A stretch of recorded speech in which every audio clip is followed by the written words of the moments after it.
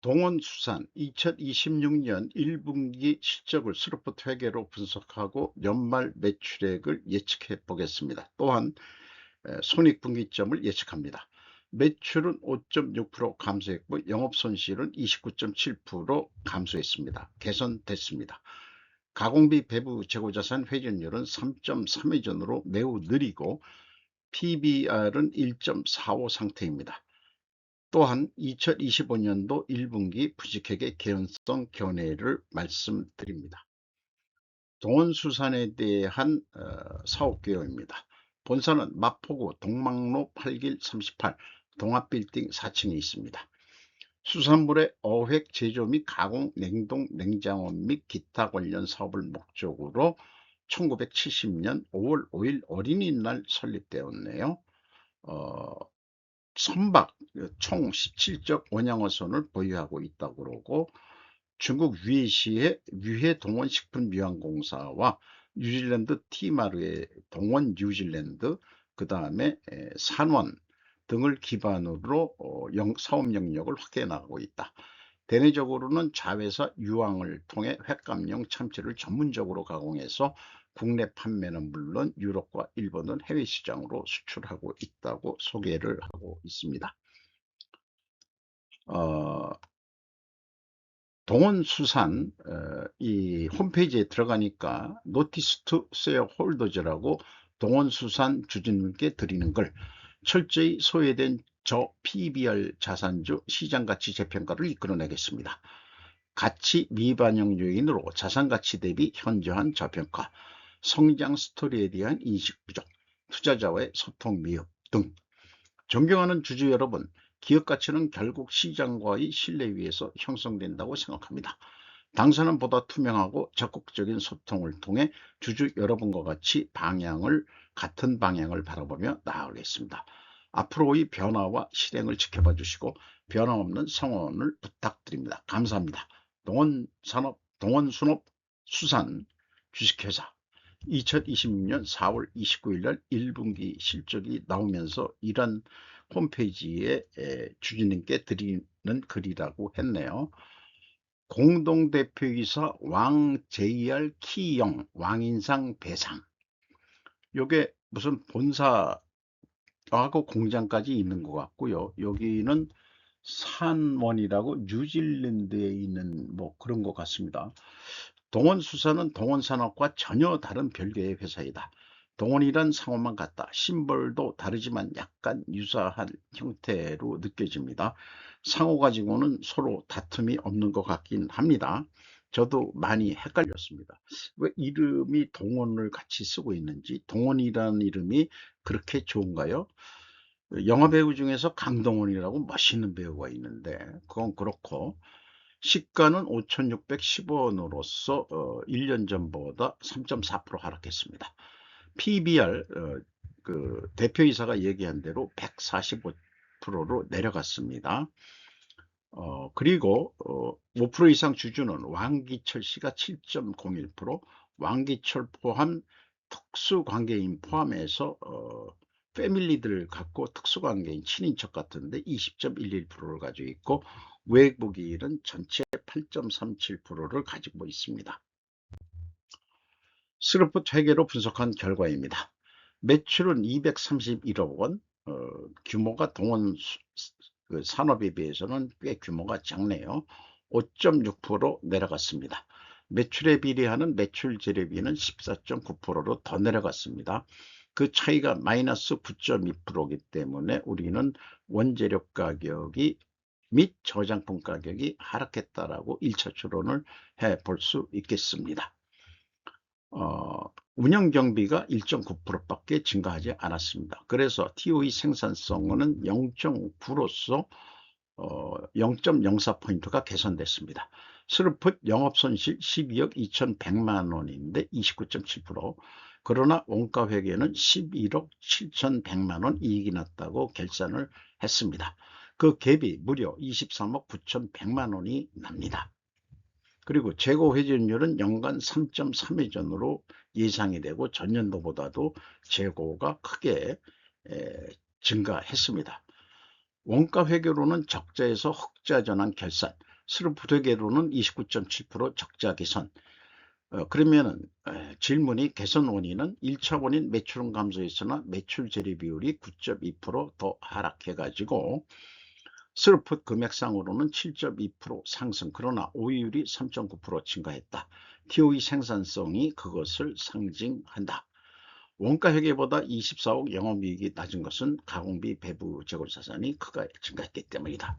이 재고가 문제네요. 그리고 이런 비유가 스루풋은 적자인데 원가는 흑자다, 이런 게 스루풋 회계하고의 극명한 차이를 보여주는 게 결국 재고자산에서 승패가 난다고 볼 수 있겠습니다. 규명이 되는 게죠. 원가 회계에는 흑자로 계산됐습니다. 그러면 여기서도 물어보는 게 원가 회계 적자에서 흑자 회계, 흑자로 크게 전환된 원인은 1차 매출은 감소했으나 매출 원가율이 6.6% 하락했다. 2차 판매 관리비를 7.7% 줄였다.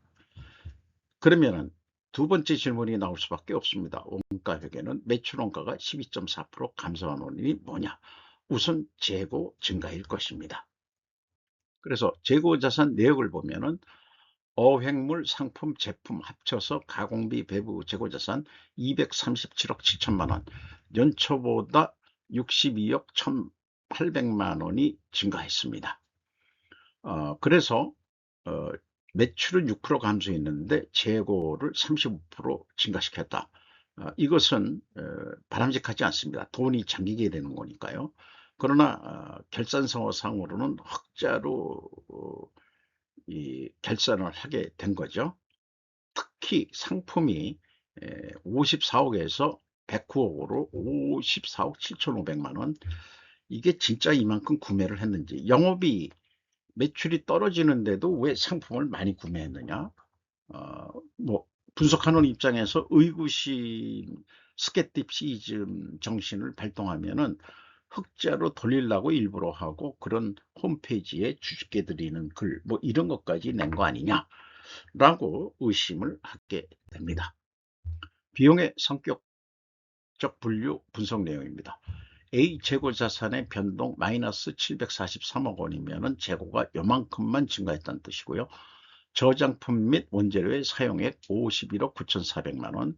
이 저장품이란 게 유류 뭐 이런 것들일 겁니다. 상품의 판매 53억 2,300만 원.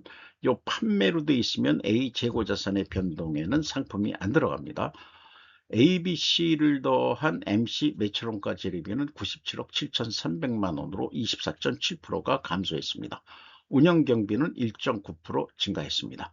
운영경비 122억 3,300만 원에서 판매관리비 22억 4,400만 원을 뺀 99억 8,900만 원이 현장 운영비용이 되겠습니다. 38.4%, 재료 비율은 61.6%로 1.8% 하락했습니다. 여기서도 원재료 및 저장품 가격이 하락했다라고 2차 추론을 해볼 수 있겠습니다.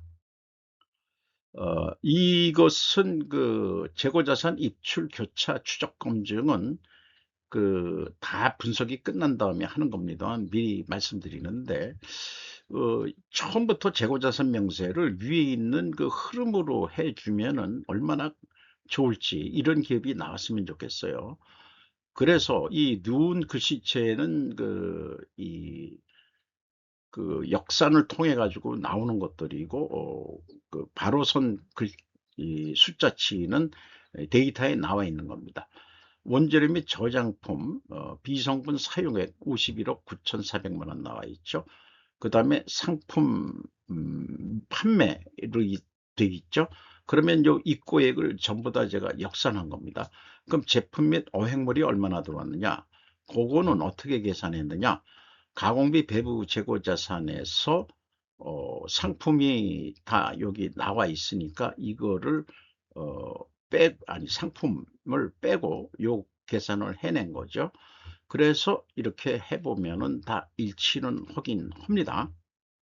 문제는 그 다른 데 있습니다. 가공비 배부 재고자산과 비성분에서 한 거를 보면은 차이가 54억 7,500만 원인데 그게 상품이 빠지니까 54억 7,500만 원 이건 맞는데 전년도에는 25억 6,800만 원이 차이가 납니다. 그래서 2025년 1분기 갭을 합리적으로 추적할 단서는 아무리 제가 찾아봐도 찾을 수가 없었습니다. 표대로 해석하면 매출 원가를 증가시켜 영업이익이 낮게 나온 결과가 되었다. 원가 손익도 4억 2,800만 원 적자 결산이었습니다. 전년도에는 의도적인지 비의도적 오류인지는 알 수는 없지만은 이렇게 동일한 어떤 기준이 적용이 안 된 25억 6,800만 원만큼은 오히려 거꾸로 적자를 만들었다. 왜 그랬을까? 그걸 모르겠다. 그런 얘기입니다. 따라서 그 차이는 PQ 총 제조 비용도 차이가 나고 생산 재료비에도 차이가 납니다.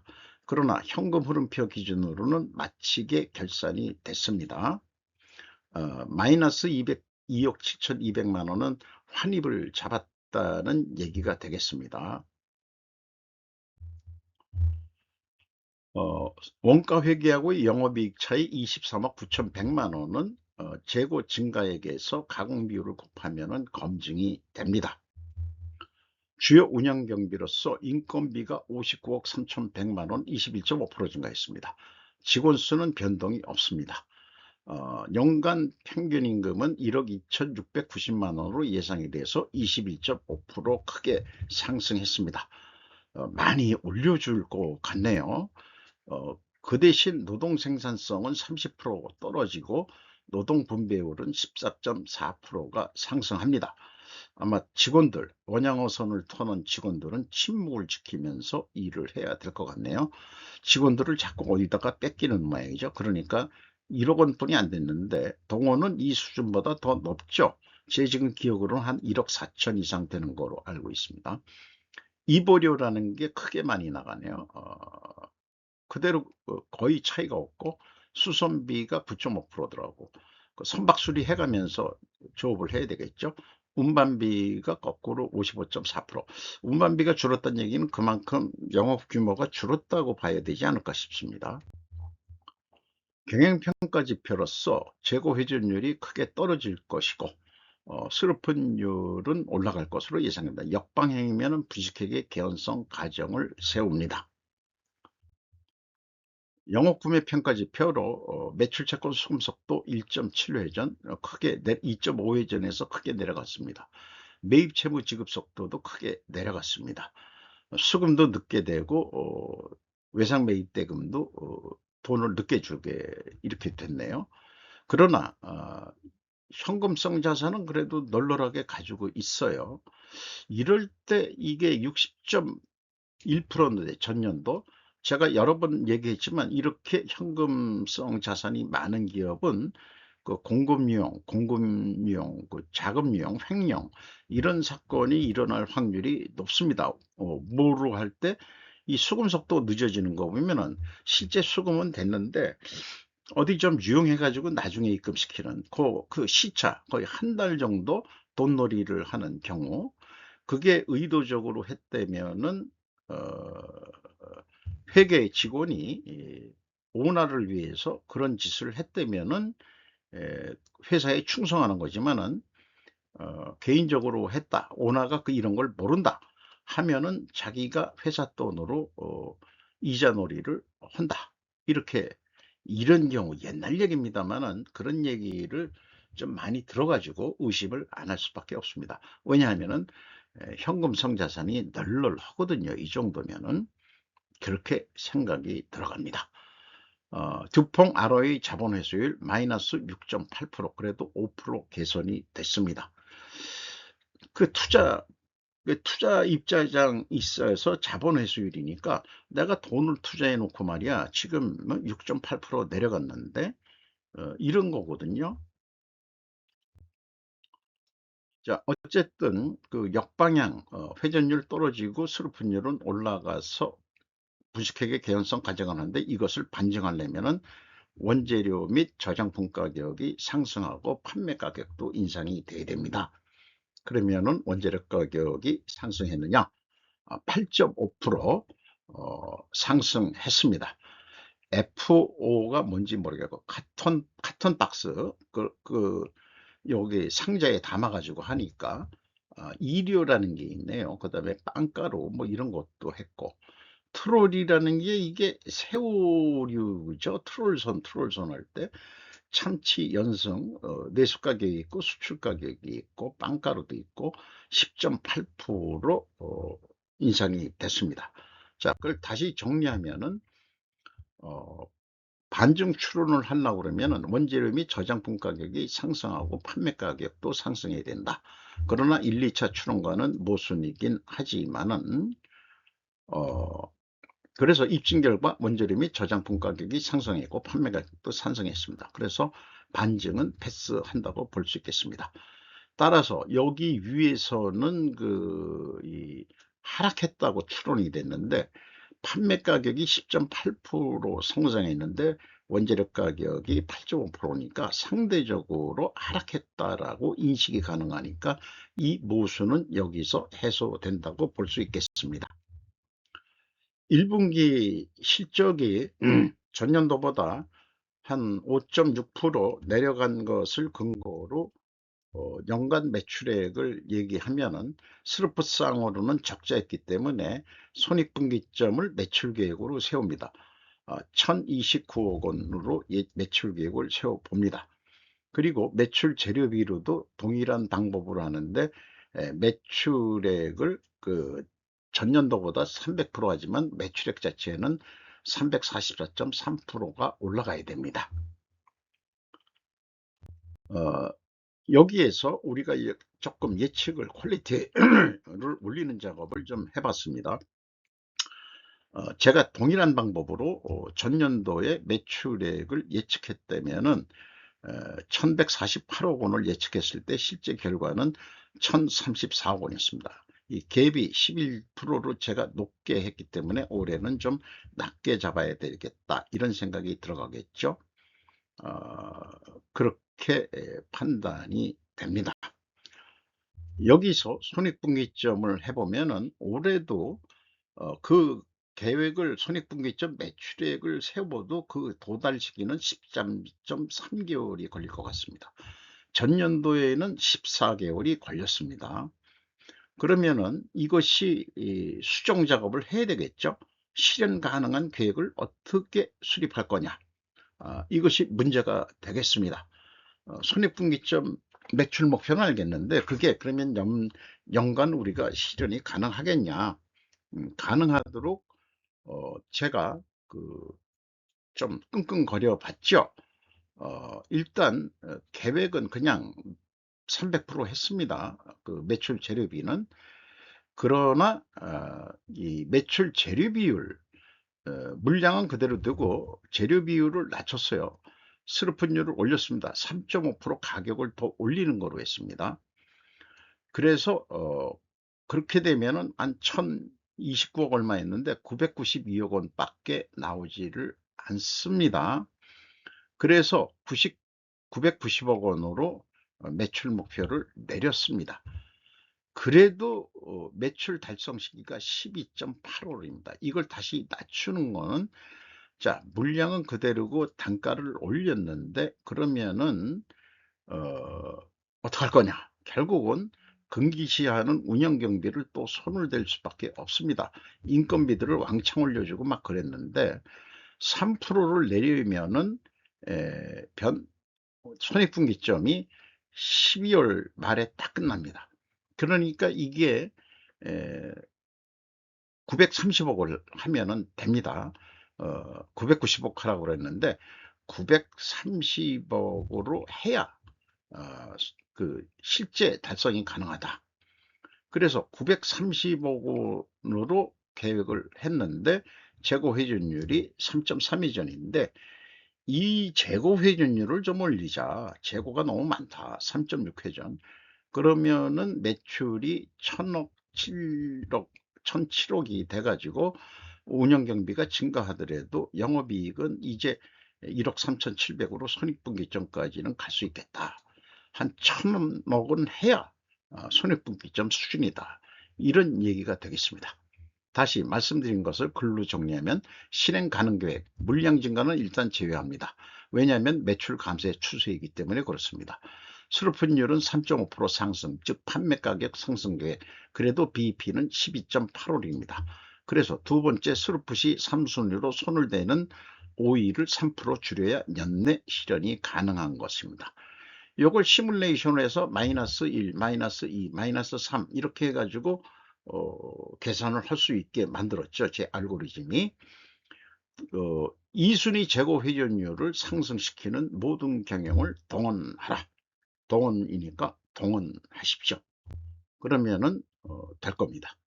원가 회계에는 재고를 늘려가지고 이익이 난 것처럼 계산했기 때문에 그것은 또 두고두고 그 재고가 악성 재고로 말썽이 될 거예요.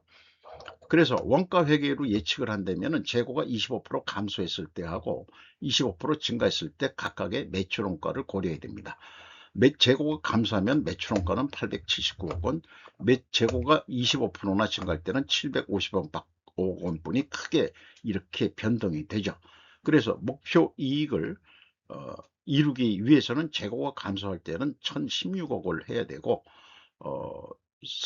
재고가 증가할 때는 897억 원만 해도 영업이익이 납니다. 이게 원가회계의 고질적인 마녀 같은 로직이죠. 그래서 지금 이걸 어디 납품한다고 보면은 뭐 톤당 가격이라고 그냥 상상하죠. 96,000원으로 판매를 해야 됩니다. 이렇게 견적을 냈는데 뭐 분납하는 거로 이렇게 비유를 했죠. 그랬더니 슬프 쪽에서는 93,000원 해도 된다는데 동원 산업은 이렇게 얘기를 하니까 그럼 그 계약으로 하면은 적자 3,874원 나옵니다. 원가 비율이 94.5%가 되고요. 판매 관리비를 줄일 수가 없으니까. 그래서 이익을 내려면 어떻게 되느냐? 3%를 줄입니다. 그 스루푸드에도 3%를 줄였죠. 이거는 매출 원가를 3% 줄이는데 그러면 1,007억 원이 돼야 그나마 손익분기점 그래도 4억 8,600만 원 적자로 예측이 됩니다. 재고 증가 실적을 토대로 한 계획이므로 재고 감소 기준으로는 적자를 면할 수 없습니다. 따라서 매출 원가율을 3%나 내려야 거의 손익분기점에 다다를 수 있습니다. 어떻게? 또 재고를 늘린다? 원가 회계의 1순위인 운영 경비를 삭감, 가공비로 표현해야 되겠습니다. 삭감이 먼저 떠오를 것입니다. 그러니까 고임금 사원부터 잘라야 된다. 뭐 이런 얘기가 나올 수밖에 없을 거예요. 그래서 다시 한번 비교를 하면은 93,000원에 판매하면은 스루풋은 3,000원 적자, 재고 감소할 때는 3,800원 적자인데 재고 증가할 때 그래서 흑자가 났던 겁니다. 8,000원 흑자입니다. 그런데 또 재고를 안 늘리고 있는 재고 중에서 더 팔아서 이거 10만원 원단위로 해 10만 747원에 판매를 할 때 스루풋 회계는 137원 이익인데 원가 회계에는 동일한 판매 가격으로 했을 때 매출 원가율을 줄여도 적자 486억 원입니다. 623원 623 스루풋 회계보다 영업이익이 적게 나옵니다. 동원수산이 매출원가란 마녀 로직에 희생되고 있는 대표적인 사례나 마찬가지입니다.